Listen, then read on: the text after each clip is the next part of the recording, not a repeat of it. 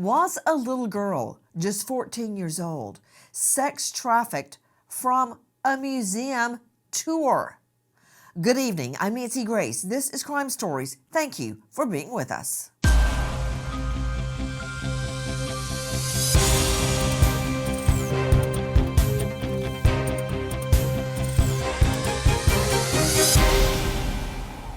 Tonight, New Orleans PD desperately searching for a missing child, Kristhal, just 14. Kristhal is 5'2", has black hair with blonde tips and brown eyes. Last seen wearing a blue yoga jumpsuit with a black Harley pullover layered on top. You're seeing the picture, a photo of Kristhal right there. Let me look at that again. This little girl is just 14 years old, and she's on a group tour with other children of a New Orleans museum. Look at Kristhal, last seen wearing this long sleeve shirt with a little crop over it, cute as a button, long dark hair, brunette with the tips honey blonde. Look at her. She's wearing that jumpsuit you see her in. There's an earlier picture before her hair grew out. Big smile, beautiful girl. Where is Kristhal, and how in the hay does she get sex trafficked, the fear of police, from a local museum? Joining me an all-star panel, but first I'm going to go to Lynn Shaw.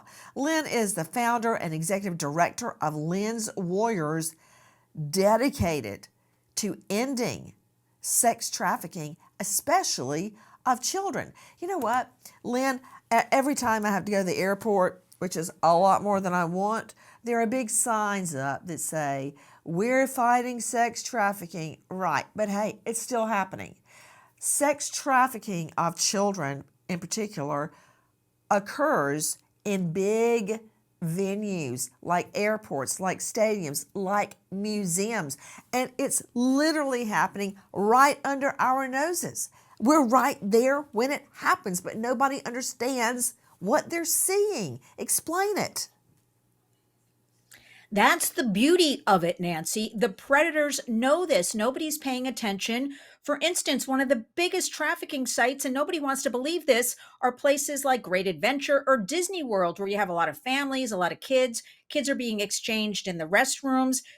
And also, people, it's dark, it's ugly. We have to face the reality. Most people say they don't want to get involved. They're afraid of being held accountable for something. So they just don't say anything. I can't tell you, Nancy, how many people have said to me, I saw something last year. I should have said something. I should have done something. So wherever there's chaos, crowds, lots of people, you can get away with all of this. But again, you can hang all the signs you want in bus stations, and I see them all over the airports as well, and train stations. But you know what?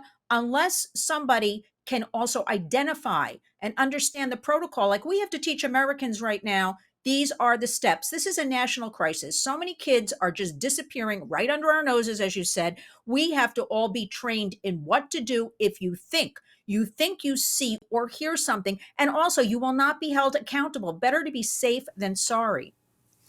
Joining me, in addition to Lynn Shaw with Lynn's Warriors, is Dawn Schiller.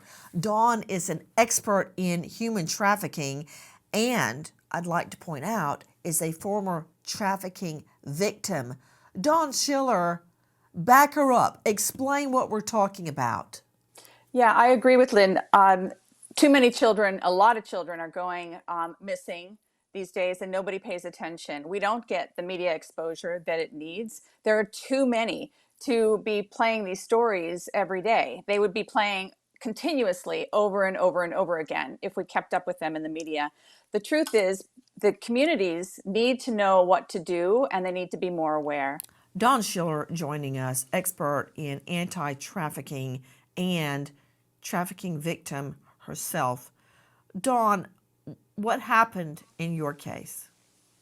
Well, in my case, I was a 15-year-old neighbor in the same apartment complex as the manager, and he also happened to be a 32-year-old porn actor.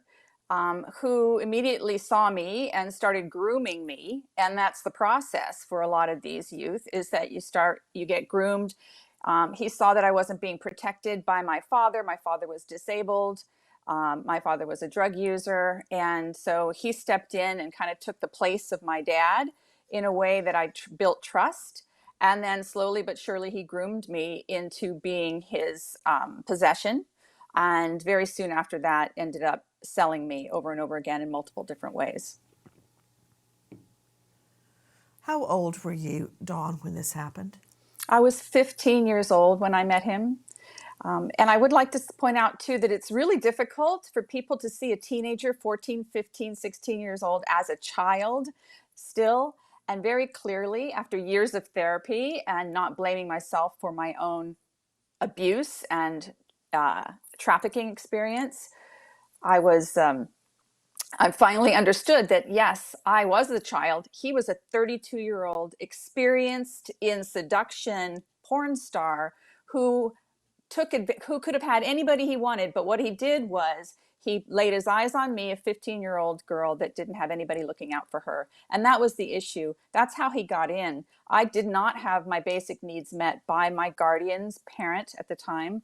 And he saw that, and he saw his way in. And this is what predators do. This is what exploiters do. They see youth who don't have anybody looking out for them, and they step in and they replace that caring person initially, and gain the trust and the love, what looks like love to the youth, and then turn it around and turn it into an abusive, exploitive experience. Has a New Orleans teen been sex trafficked from a group trip to a museum? She's with an entire group of children. How did she just disappear from a public museum? How many of you have allowed your children to go on a field trip? I have, with their school, with their church, with some other group of children that's being chaperoned. I've done it plenty of times thinking it was some sort of enrichment for my child. Little did I know that the child can be trafficked, sex trafficked from a group trip, this time at a museum, for Pete's sake. But it's not by far the first time a child has been trafficked from a public venue. Listen. This 15-year-old girl went to a Mavericks basketball game with her dad, goes to the bathroom. Her dad probably thought, you know what, it's okay. It's right up at the top of the steps. We're already inside. There's a lot of security around here. She'll be fine. Goes to the bathroom and never comes back to their seats. Dad's there with his daughter. They're there to watch a Mavericks game, supposed to be family friendly. Just before halftime, she goes to the restroom. After 10 minutes, he's like, it's a little bit too long, and reports it. And the whole second half of the game, he's down at security. He's talking to them. They're looking. They don't find her. Ultimately, they do pull a video after the game is over. And they see her being led out of the Mavs stadium by adult men.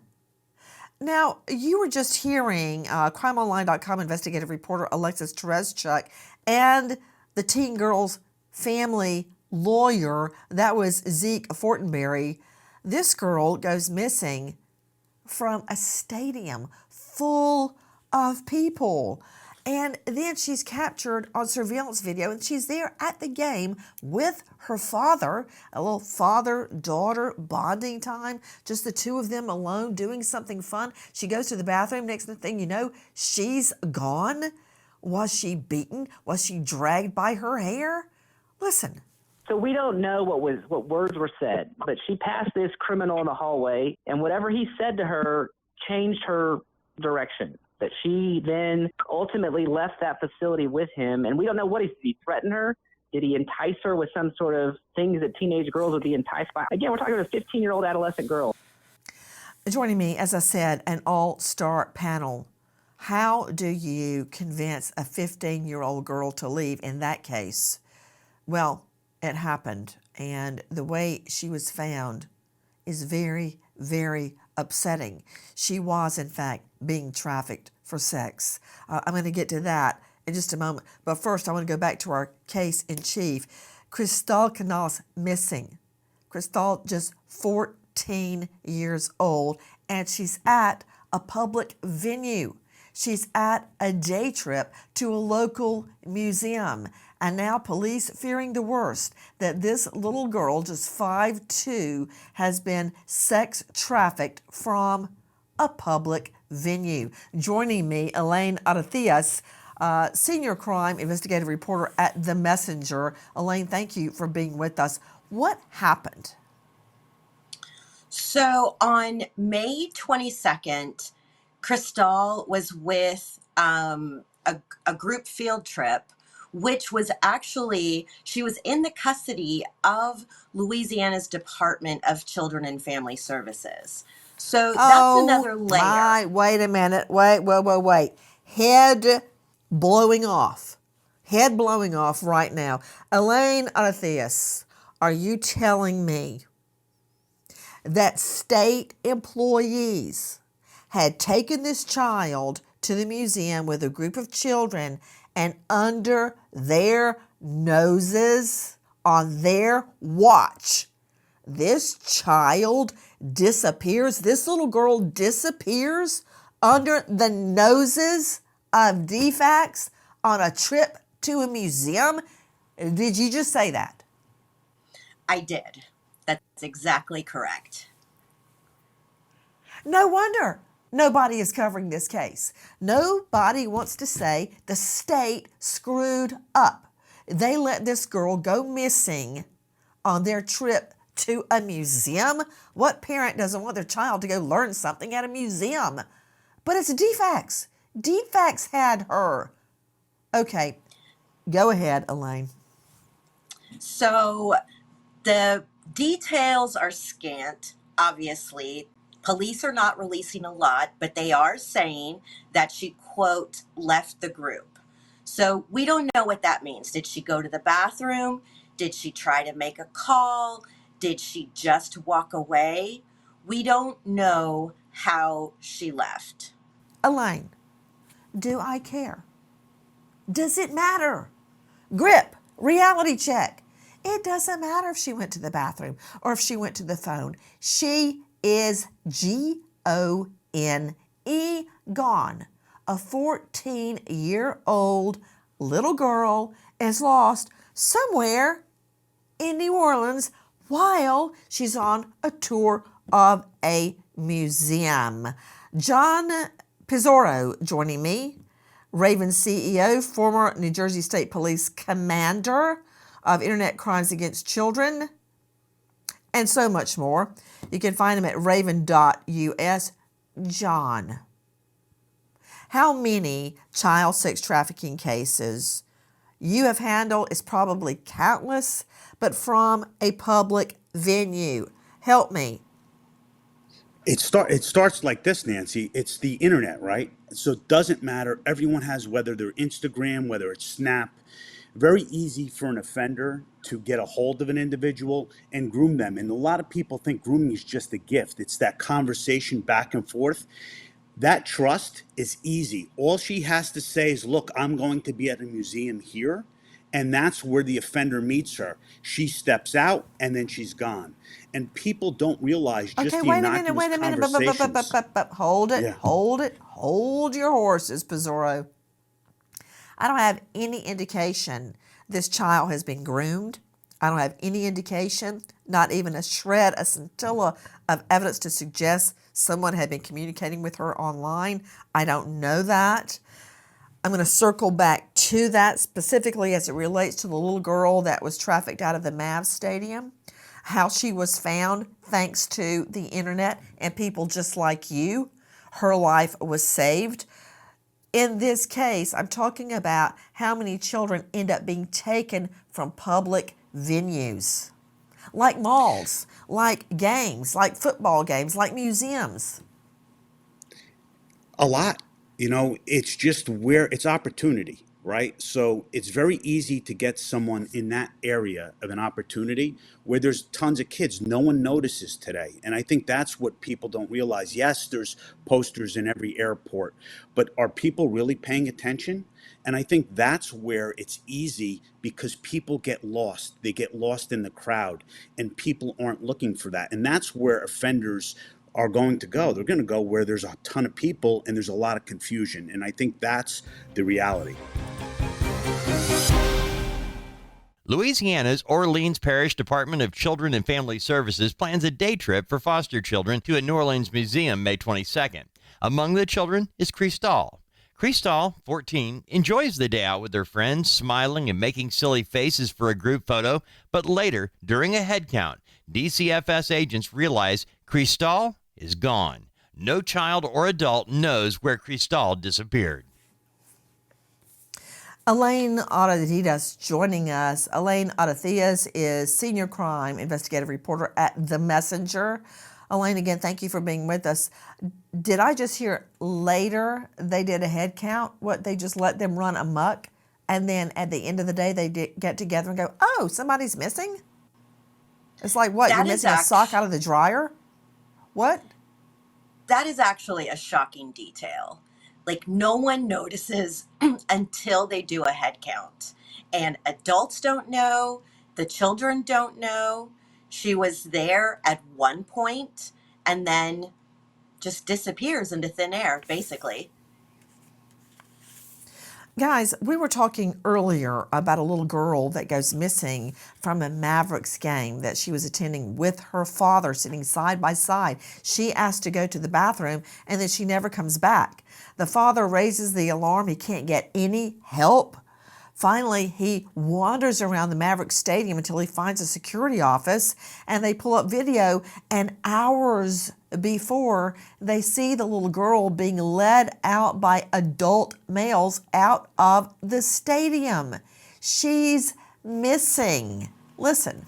The mom called me. Child was on our radar for 4 to 5 hours before we located the ads. From some of the photos in the ads, you could match up curtains or bed sheets or wallpaper or the photo that's on the wall. You could tell at least what brand hotel it was. It's good news that she's been located and awful news that she's on a prostitution website. I mean, you can, your mind just can't even go to what awful things were done to her. When I called Oklahoma City PD, the lieutenant that answered the phone was a former vice detective who woke up the vice lieutenant at 1 o'clock in the morning, and they started moving immediately. Those men ran for 27 hours straight. They find the little girl on a prostitution website wearing grown lady lingerie. And from that photo, and this was just hours after she was taken out of the Mavericks stadium, they could identify what brand hotel it is based on, for instance, curtains, bedspreads, wallpaper. They identify the hotel based on the background, the surroundings in that photo now on a prostitution website. This is a 15-year-old little girl. Joining me, John Pizzoro, Raven CEO at Raven.us, former New Jersey State Police Commander of Internet Crimes Against Children. John, explain how this little girl, just 15, ends up on a prostitution website where you order up a hooker. Let me rephrase that, where you order up a prostitute like you're ordering a pizza online, and they just show up at your door. You know, it's the internet. I mean, and honestly, there's so many sites. If you look at Tor, the dark net, there's a place for people to look for that. And traffickers and offenders know how to market to those areas. And that's all it takes. We've had people purchase children from different countries and different places for thousands of dollars just to have sex with 8-year-olds and 9-year-olds and 12-year-olds. So it happens more common than people actually realize that they can't fathom it. Now, it's my understanding, Elaine Adathias, that this most likely occurred in the World War II Museum. For whatever reason, local police are not telling us which exact museum it is, but in photos that have been released, it looks like the World War II Museum there in New Orleans, which is amazing. My children have been there. Do you have information about which museum it is? No, police are not releasing details about this case. They're keeping it very close.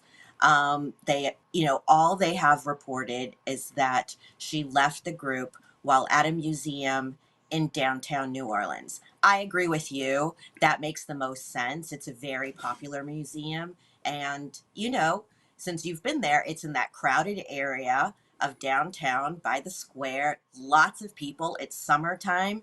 It makes complete sense that she could disappear without people noticing. I've been thinking about this museum and how huge it is. Joining me, Lynn Shaw, dedicated to ending human trafficking, specifically of children. Lynn, this is a huge facility. And from what I'm gleaning, the chaperones from DFACS were probably kicked back having a cup of coffee in the gift shop area while the children ran amok wherever they wished. Nancy, I'm actually sitting here having whiplash because I keep shaking my head, no, no, no, hearing all of this. Why can't we get more of the facts from the police department? That's my number one question. John Pizzuro is exactly right.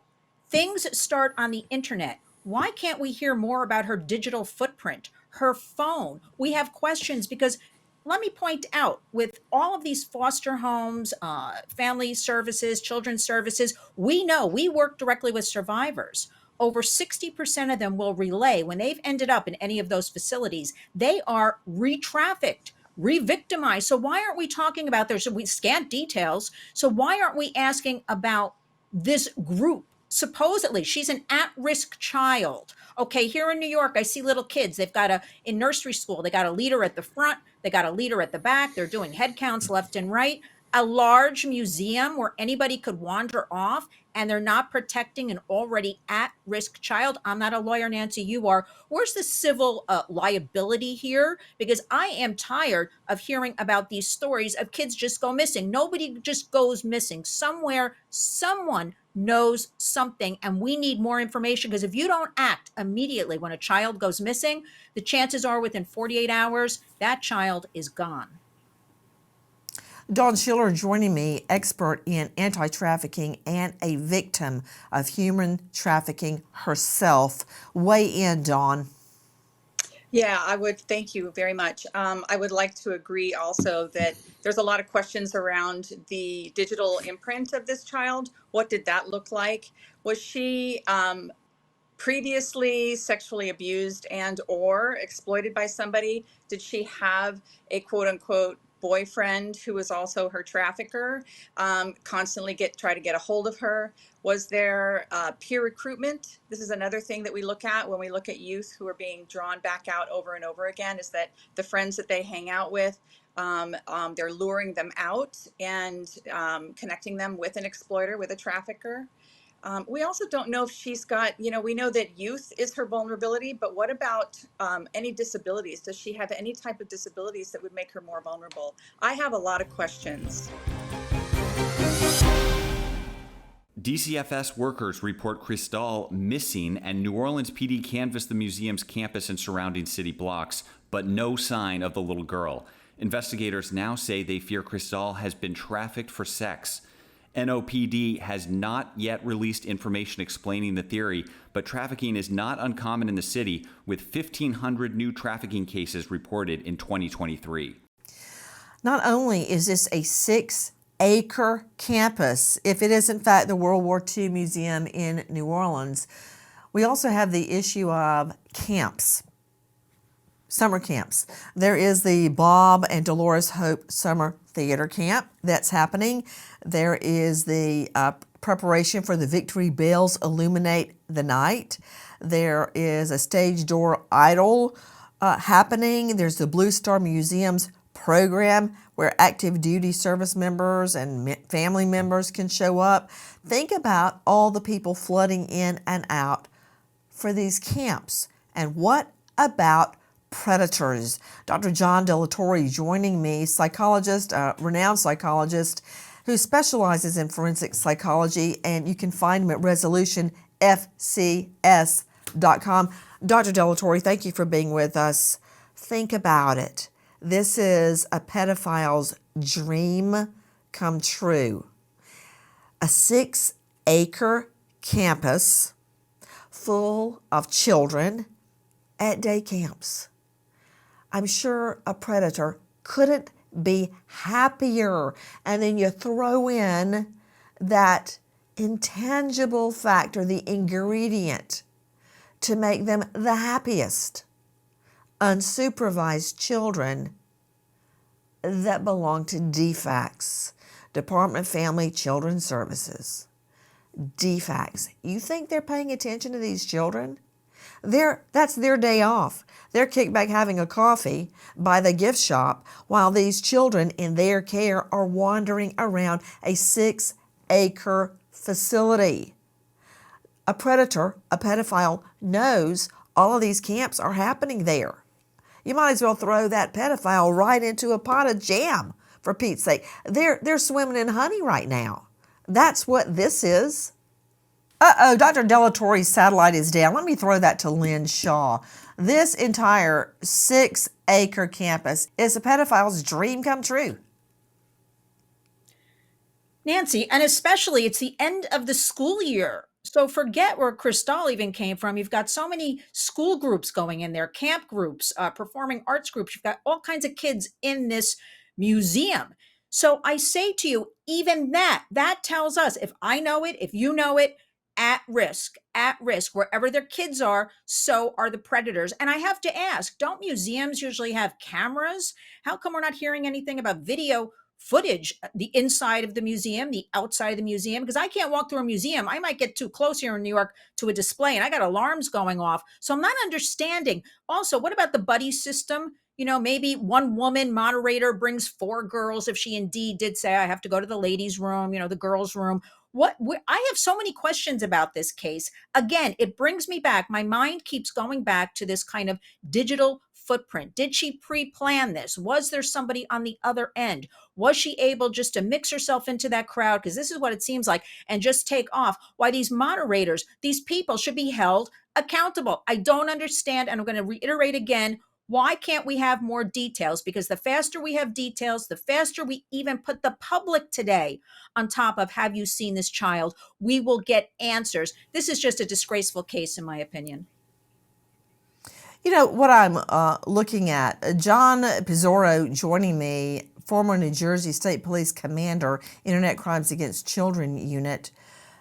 John, I'm looking at the layout of the World War II Museum. As I said, it's 6 acres, but there are 6 huge segments of them. You've got the Louisiana Memorial Pavilion, the Solomon Victory Theater, the Campaigns of Courage, the Liberation Pavilion, the U.S. Freedom Pavilion, the Hall of Democracy, and the American sector where one of the restaurants is. So not only are there 6 huge structures, there are multiple floors to each structure, to many of the structures. So she could have gone missing anywhere in there, been led away anywhere in there. And Lynn Shaw is correct. There are 270 surveillance cameras in that facility, but we're not hearing anything about anybody checking for those camera potential photos of the girl being led away. What exits she took. Did she just walk out the front? If she left by an emergency exit, did it not alarm? It's just very difficult for me to believe that with nearly 300 surveillance cameras, we can't catch this girl being led out of the museum. Without a question. And two, there's technology that exists beyond the cameras. Let's talk about facial recognition, especially when we're looking for victims. They should be able to do that forensically. There's software that you can take and parse out all that data. So when we talk about that digital footprint and we're investigating that, there's a lot of data to comb through. And that's what law enforcement, I would imagine, is doing right now. But they should be able to see what entrance someone left, and especially because it's so vast and there's so many access points. You have surveillance to the cameras. There's license plate readers outside.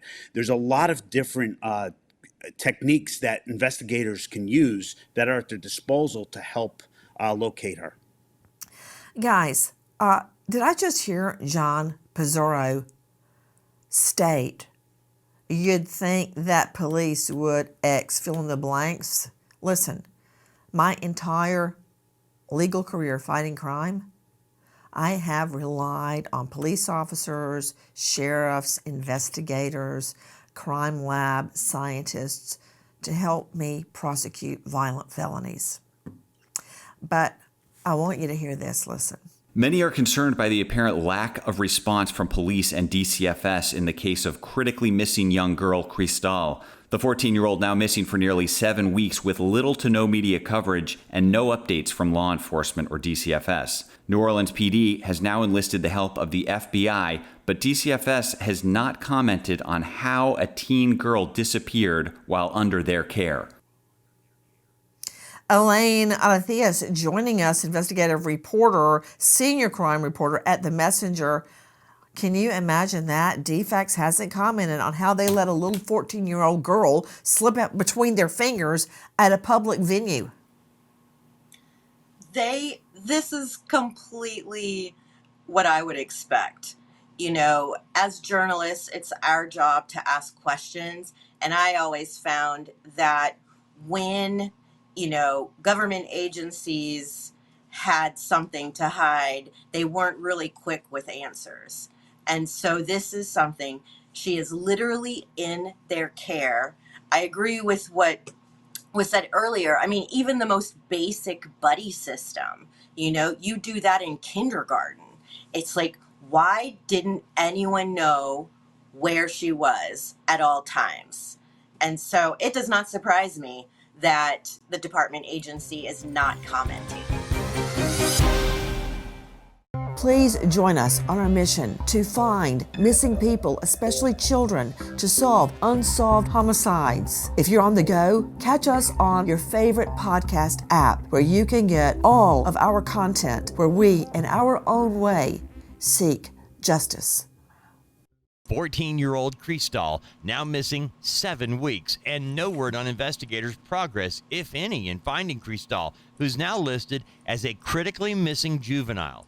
Anyone with information or who may have seen Kristhal is asked to call New Orleans PD Special Investigations Division at 504-658-5267. A child disappearing right under the noses of DFACS. Well, it wouldn't be the first time a child disappears, or worse, under DFACS supervision. Listen. Hi, ma'am. Were you calling about the fire in the 8200 block over on 88th Street? Yes, the house. Ma'am, yes, do you know the house. Okay, just stand line. Do you know if anyone's in the house? Yes, there was a man and two children. I just dropped off the kid, and he wouldn't let me in the door. There's two little boys in the house, and they're 5 and 7, and there's an adult man. He has supervised visitation, and he blew up the house and the kids. The kid and the husband and the father were in the house? Yes, he slammed the door in my face. Okay, that would be Josh Powell and his two little boys. The little boys now dead. They were hacked in the neck with an axe by Daddy. The father, Josh Powell, already killed the mom, Susan Powell. Nothing was done about that. So then Daddy gets supervised visits, supervised by DFACS. Wow. Then how is it DFACS manages to survive and the two little boys are killed? because DFACS wasn't there. Listen. Okay, so you're supposed to be there to supervise Josh Powell's visit with the children. Yes, that's correct. And how did... And he's the husband of missing Susan Powell. How did... This is a high-profile case. How did he gain access to the children before you got there? I was one step in back of them. Okay, so they went into the house and then he locked you out. Yeah. Whatever. The two little boys are dead, and they were in the care of DFACS. But that's not all. Do you recall the name Serenity? Serenity Denard? Another child who disappears, or worse, in the care of those entrusted to safeguard her, to make sure she grows up. Listen. It was 10:45 a.m. on a Sunday morning. Serenity is in the gym at the Black Hills Children's Home with 2 staffers and 3 other kids. One child causes a disturbance, and a staffer attends to that child. Serenity then ran out of the building. At 11 a.m., Serenity is last seen walking near the home. At 12:26 p.m., a 911 call goes out to the Pennington County Sheriff's Department. A deputy arrives at 12:40. By 1:16, the decision is made to bring in search and rescue. Okay, how long did that take before the counselors and the state workers decided to act on the fact that they had let the child disappear? This beautiful little girl, Serenity, listen. There was an 80-minute delay before 911 was called, and that's just inexplicable. I think it was a matter of, it was a Super Bowl Sunday. People there were, well, let's look for her. She had run off in the past. Let's find her on our own first. But an hour and 20 minutes really is, that raises a big question mark about the judgment of those employees. Certainly not having, authorities trained in search and beginning a widespread search immediately or as soon as possible was a big mistake. The Black Hills Children's Home. I'm very familiar with it now. After Serenity Denard disappears from the home ground, she's never been seen again. Intimately familiar with that case is Lynn Shaw, founder and director Lynn's Warriors. I'm sure you recall the Serenity Denard case, Lynn. Yes, because I joined you to discuss that case on the program. I want to say something. All of my inbox every day, my emails, one after the other of missing children, not adults. We're talking children, including babies, infants, one after the other. I am inundated on a daily basis, 7 days a week. I think it's fair to say, with all of this going on, all of the discussion, all of this mismanagement, our precious children are at risk. I'm going to point out again, I believe this is a national crisis. And I believe all of these systems, for years, Nancy, I'm hearing this doesn't work with Department of Social Services, kids, families. We don't have resources. We don't have man, woman power. Enough. In 2024, we need to blow up this system, start from the ground up, get vetted employees who are passionate about children. And this is where monies should be spent, because all I'm seeing is it's escalating every single hour of every day, and there's no follow-up. We do. Thank goodness for your program, because you stay on it and you follow up on these children, because I don't see many other people doing anything about any of this. If you look at the Black Hill Children's Home website, our mission to prevent, treat, and heal trauma. This little Serenity Denard goes missing from the home, and they wait nearly 2 hours before they even call in a missing person. She's never been found again. We have talked about Josh Powell's children being murdered while DFACS was supposed to be supervising them. We have talked about Serenity Denard missing, I'm sure now dead, under the care of the Black Hills Children's Home. But what about Harmony Montgomery? Listen.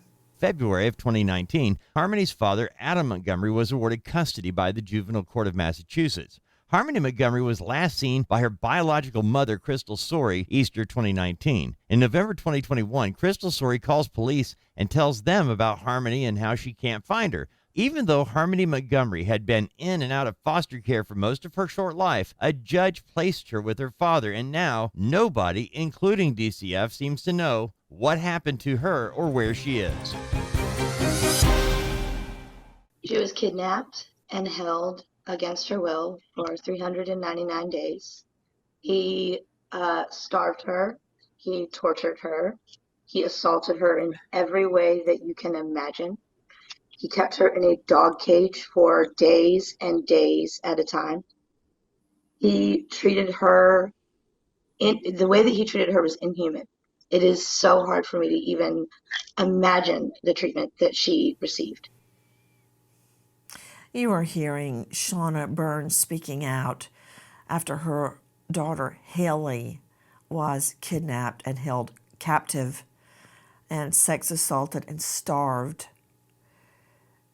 It should be a warning, but apparently DFACS didn't hear about that. Joining me is John Pizzoro.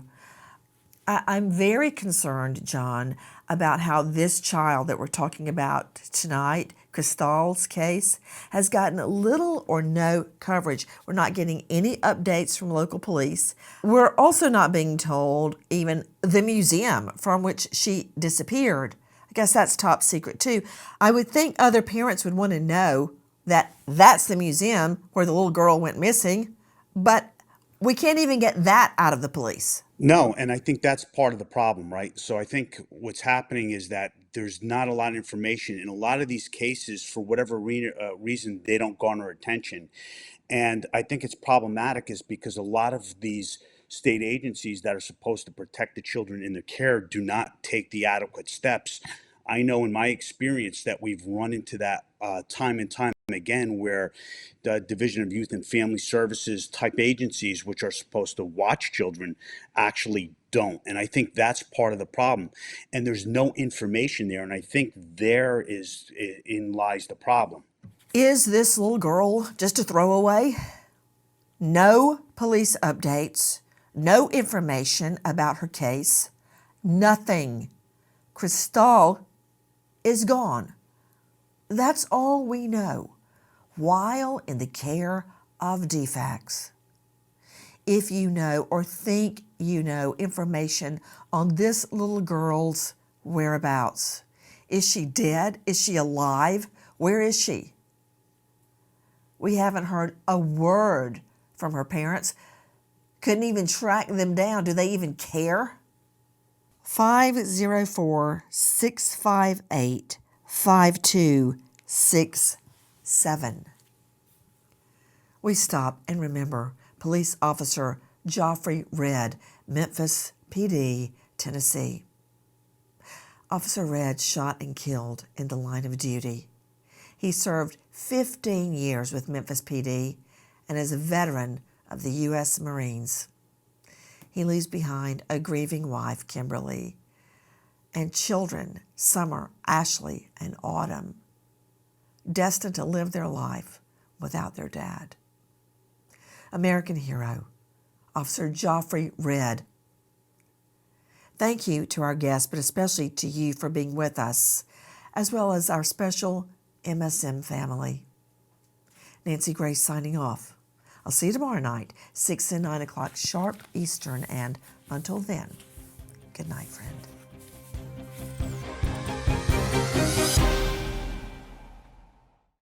Please join us on our mission to find missing people, especially children, to solve unsolved homicides. If you're on the go, catch us on your favorite podcast app where you can get all of our content where we, in our own way, seek justice.